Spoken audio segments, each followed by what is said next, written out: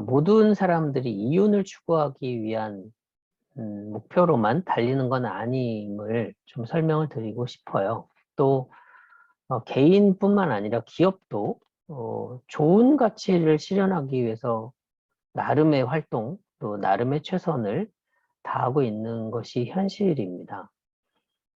기업이 이제 어느 정도 이익이 생기면 항상 뭐 재투자하는 비용들이 모자라긴 하겠지만 그래도 돈을 벌었으니까 존경받는 기업이 되고자 하잖아요. 또 존경받는 기업이 돼야 또 좋은 사람들이 그 회사에서 일해보고 싶다라는 열망이 생길 거고 이게 선순환 구조가 되기 때문에 결과적으로는 사업 관리 맨 끝단에는 사회적 공헌이라는 개념이 필요할 수밖에 없는 게 현재 시대의 흐름이기도 합니다. 또 많은 기업들이 CSR이라는 개념으로 사회공헌 지출을 하고 있어요. 그게 벌써 우리나라도 2조가 넘어가고 있고 또 정상적인 기업들이라면 뭐 대기업이 대부분이겠지만 평균적으로 한 120억, 130억 정도를 사회적 공헌 비용으로 집행을 하고 있습니다. 정부가 공적 자금, 공공개발 뭐 이런 자금들을 푸느라고 뭐 몇 조씩은 붓지만 기업도 같이 함께 그런 행위에 대응을 하고 있다.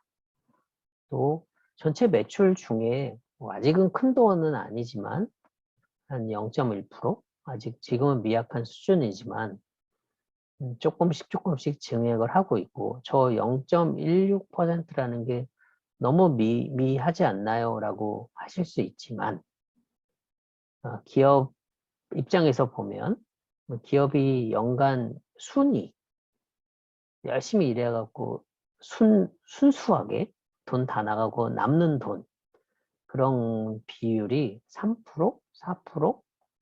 네, 그 정도면 좀 잘했다 뭐 이런 얘기를 합니다. 그 비율을 고민해보면 저 비용도 그렇게 작은 숫자는 아니에요. 물론 지금은 매출액 대비 비율이니까 작아 보이죠. 또 실제로 좀 작긴 하지만 그래도 기업체들이 열심히 조금씩 나누면서 사회를 위해서 생활을 하고 있다. 그 대표적으로 하는 것들이 뭐 청소년 아동들을 돕는 거, 취약계층을 돕는 거 이런 부분에 집중이 되어 있지만 최근 이제 소셜벤처 나중에 한번 볼 기회가 있겠습니다만 그냥 봉사만 하는 기업 형태가 아니라 기술을 집어넣어서 좀 더 다양하게 좀 더 많은 사람들이 효율적으로 효과적으로 혜택을 누릴 수 있게 하자라고 하고 있습니다. 그래서 지금은 대기업 중심으로 많이들 활동하고 있고 중소기업들은 나눔 행사 뭐 기부를 한다던가 이런 행위로 나름의 사회적 공헌을 하고 있는 중이죠. 기업의 사회적 책임이 좀 필요하다는 이유는 좀 오래됐어요. 당연히 돈만 벌고 빠지면 안 되지 않냐.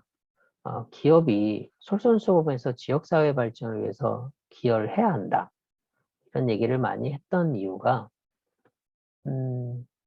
예전에는 제조업이 있다면 그 지역의 환경에 좀 불편함을 주는 경우가 많았겠죠. 폐수가 나오거나 공기가 안 좋아지거나 뭐 굴뚝산업일 테니까 또 뭐 쓰레기가 자꾸 발생이 된다거나 아니면 뭐 시끄럽다거나 이런 것들로 지역 주민들이 좀 불편해졌었던 게 현실입니다. 또 트럭이 왔다 갔다 하고 버스가 왔다 갔다 하면 당연히 매연도 막 생길 거고 이런 것들을 좀 그 지역사회 분들에게는 미안한 일이 되는 거잖아요. 그래서 배려하기 위해서 그 지역에 있는 자녀분들을 적극 채용하거나 취업을 시켜주거나 아니면 이익이 생기면 지역 사회의 발전을 위해서 또는 지역사회에 문제가 있는 부분들을 개선하기 위해서 기부를 하거나 개선을 해주거나 이렇게 하면 그래도 그 동네가 훨씬 호감을 갖겠죠. 그리고 같이 성장할 수 있는 상황이 된다. 네, 이런 거를 이제 학자들이 보고 CSR이 단순히 그냥 이윤을 많이 챙겼으니까 베풀어라 라고 하는 것들이 아니라 또 다른 시작의 첫 단계일 수 있다 라는 연구들을 하시게 된 겁니다. CSR의 정의는 뭐 기관이나 뭐 학자들마다 약간씩 다릅니다만은 환경에 대한 개념들, 뭐 아까 얘기했던 매연이나 시끄럽거나 뭐 쓰레기가 나오거나 이런 부분들도 있고 또 좀 좋은 사회로 만들기 위해서 아까 채용이나 이런 부분들이 지역사회에 있는 분들의 자녀를 우선으로 채용한다거나 아니면 지역인들이 같이 활동할 수 있게 지역에서 나오는 농산물들을 우리가 구매한다던가 뭐 이런 것들도 될 거고요.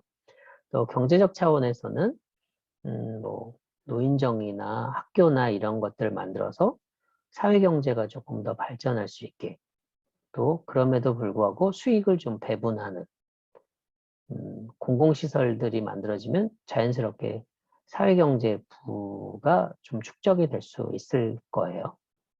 또 이해관계자들 서로 상호 교환하는 거, 뭐 자발적으로 참여하는 거 이런 형태들로 CSR이라는 개념들을 좀 정의를 다양하게 하는데 아마 우리가 많이 보는 거는 환경, 사회, 경제 요 정도가 가장 많이 보여지는 부분일 겁니다.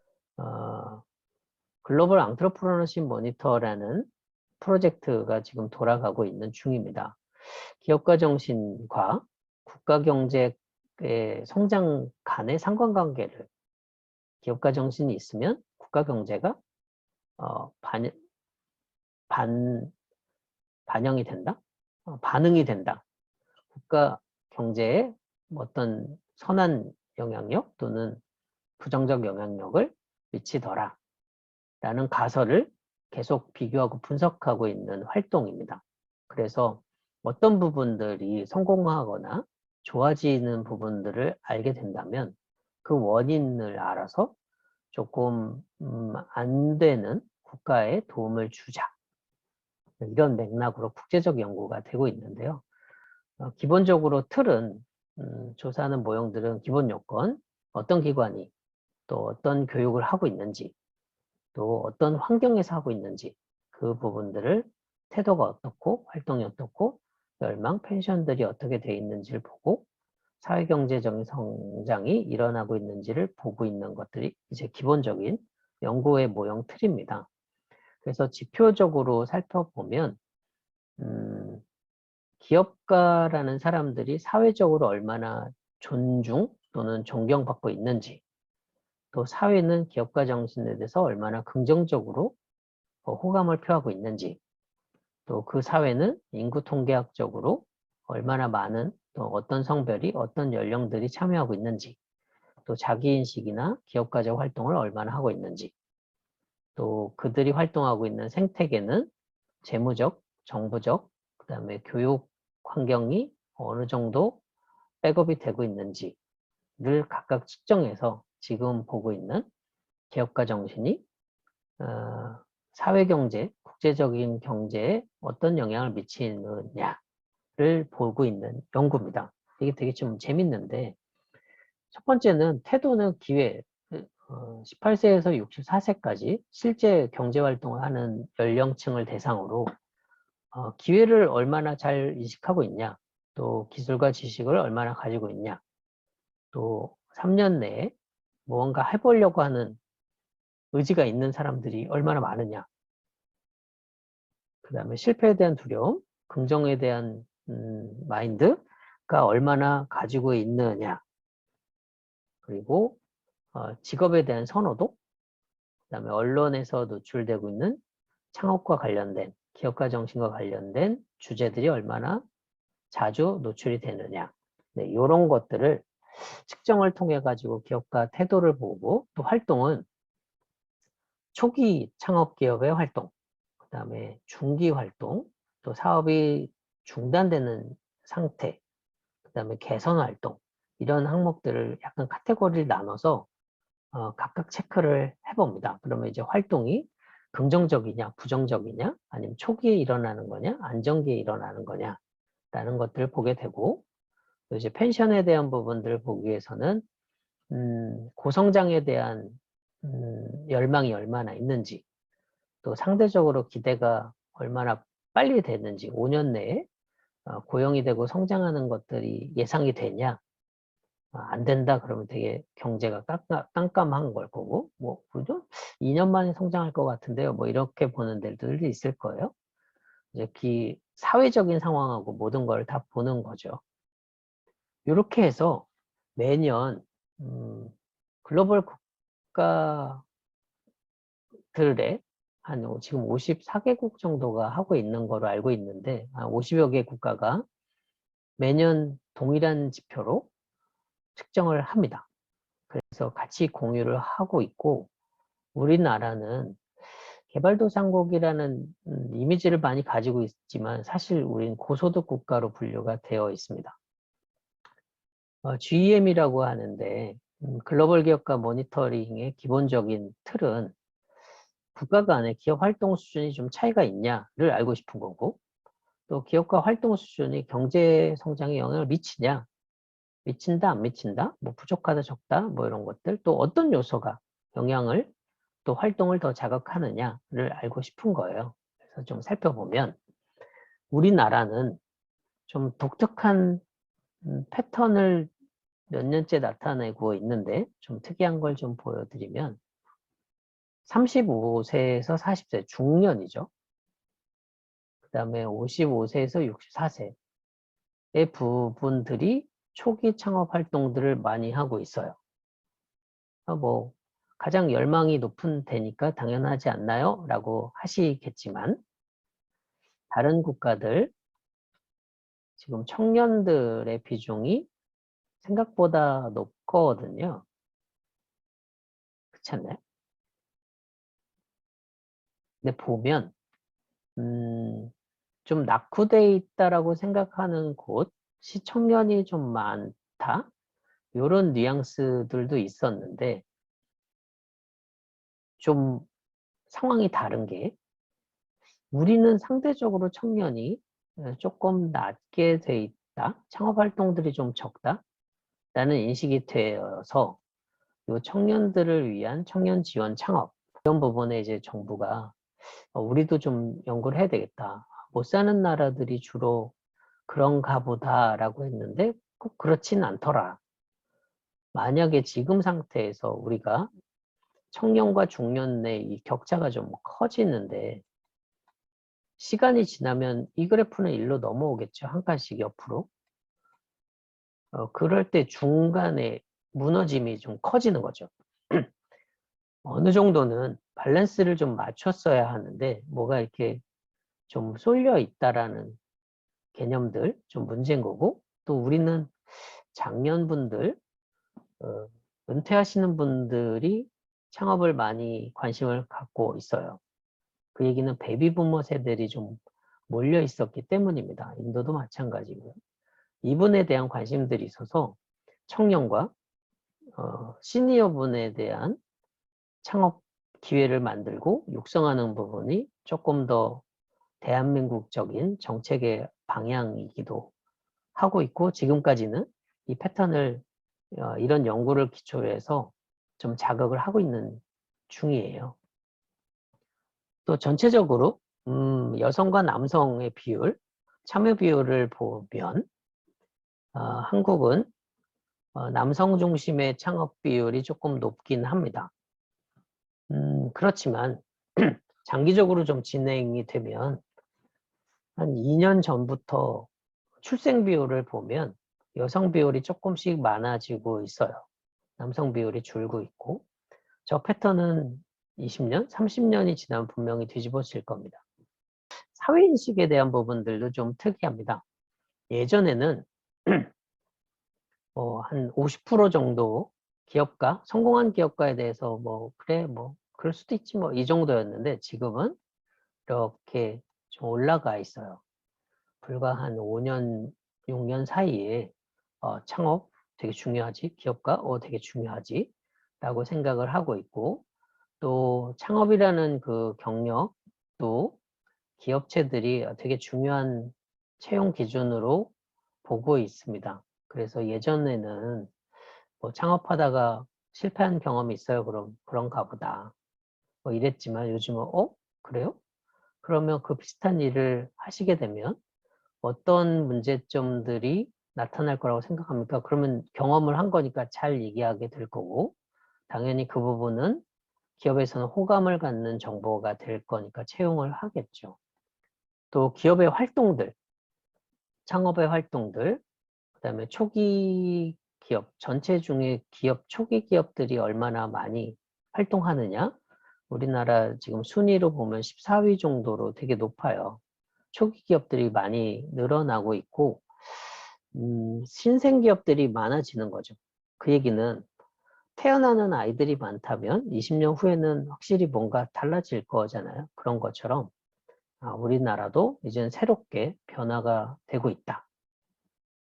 또 우리나라가 변화되는 양이 대만, 일본, 중국보다 많은 편이다. 물론 총량으로 보면 중국을 이길 방법은 없을 겁니다. 이거 제일 많을 텐데 비율로 봤을 때 그러면 우리도 긍정적인 상황이 지금 일어나고 있고 향후 5년, 10년 후에는 이게 반영이 되겠구나.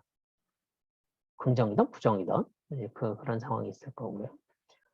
창업 동기부여들을 보면 뭐 여러분들도 마찬가지겠지만 세상에 뭐 새로운 변화를 만들기 위해서 하겠다. 부를 조금 더 만들고 싶다. 수익을 만들고 싶다. 가업 승계를 하기 위해서다. 직장 구하기가 어려워서 창업을 했다. 이 네 가지 정도로 물어봤는데 우리나라는 돈을 좀 버는 거, 그 다음에 일자리가 없어서 하는 거로 되어 있습니다. 기업 생태계의 어느 부분이 좀 잘 돼 있고 어느 부분이 좀 개선이 되어야 할까요? 라는 조사를 해보면 교육 부분이 생각보다 점수들이 조금 낮게 나와서 우리도 조금은 대안적인 것들이 필요하다. 지금 대학 교육들은 평균보다는 약간 낮긴 하지만 그래도 높은 편인데 초중고는 창업교육 이걸 도대체 어떻게 해야 될까 생각보다 낮은 상태예요. 그것도 그럴 것이 입시 위주의 교육이 많다 보니 초중고에서부터 뭐 창업교육을 한다는 게 부모님들 입장에서는 좀 답답한 활동이 될 수도 있는데 이게 이제 차츰차츰 개선이 되어 가고 있는 중이고요. 그다음에 전 세계적으로 우리나라의 이제 기업가 마인드 얼마나 잘 돼 있을까 이제 그런 것들을 랭킹을 쭉 보게 되는데 54개국 중에 저희가 나름 15위랍니다. 또 조금 전체적인 지표로 봤을 때 긍정적인 방향하고 부정적인 방향 격차가 좀 많이 커지는 거, 그 우려가 됐던 부분이 바로 딱 이런 부분이에요. 초중고 부분은 중요도는 높다고 매번 평가가 되는데 활동 점수는 좀 낮아. 이 갭이 좀 크잖아요. 이 부분들을 좀 이렇게 갭을 바꾸는 역전시킬 수 있는 방안들을 교육자들이나 창업을 돕는 사람이나 중소기업을 육성하는 사람들이나 여러 전문가분들이 이 부분들을 어떻게 할까 계속 고민들을 하고 있고 또 생태계 평가들을 보면 우리나라의 흐름들 아까 초중고가 제일 약했잖아요. 이렇게 보시면 많이 안 바뀌고 있다. 확실히 초중고 교육에 대한 개선의 요구사항, 의지들은 있으나 변화의 폭은 그렇게 빠르게 안 일어나고 있는 것들이 현실이기도 합니다.